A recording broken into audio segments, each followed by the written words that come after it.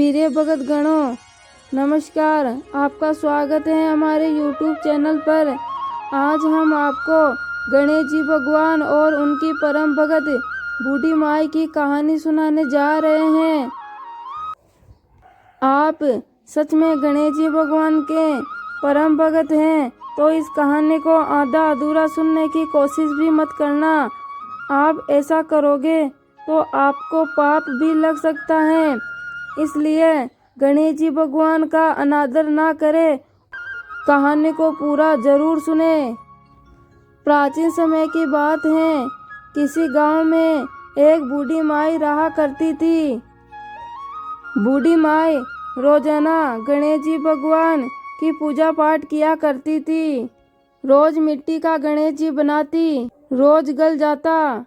एक दिन एक सेठ का मकान बन रहा था तो वो बुढ़िया माई उन मिस्त्रियों के पास जाकर बोलती हैं, भाई मेरे पत्थर का गणेश जी बना दो। मैं मिट्टी का गणेश जी बनाती हूँ, रोज पूजा करती हूँ और वो रोज गल जाता है। आप मुझे पत्थर का गणेश जी बनाकर दे दो।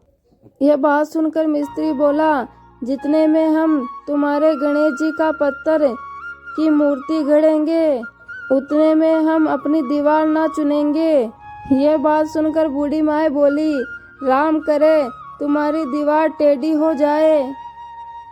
अब वो मिस्त्री अपनी दीवार को चुनने लगा।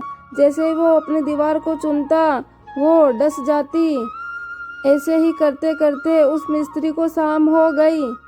शाम को सेठ आया और सेठ ने कहा, आज कुछ भी काम नहीं किए। तभी मिस्त्री बोला कि एक बूढ़ी माई आई थी, वो कह रही थी कि मेरे पत्थर का गणेश जी गढ़ दो। हमने नहीं गढ़ा तो उस बूढ़ी माई ने कहा कि तुम्हारी दीवार टेढ़ी हो जाए। तब से दीवार सीधी ही नहीं बन रही। बनाते हैं गिर जाती हैं और बनाते हैं तो डस जाती हैं।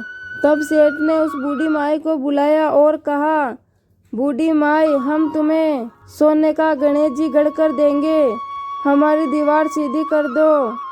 तब सेठ ने बूढ़ी माई को सोने का गणेश जी बनाकर दिया और इधर सेठ की दीवार सीधी हो गई। हे गणेश जी भगवान, जैसे आपने सेठ की दीवार सीधी की और बूढ़ी माई की लाज रखी, वैसे ही आप इस कहानी सुनने वाले की लाज रखना और सभी की मनोकामनाएं पूरी करना। प्यारे भगत गणों, ये थी गणेश जी भगवान और बूढ़ी माई की कहानी। इस कहानी में कोई भी त्रुटि हुई हो तो मैं आपसे क्षमा चाहती हूँ।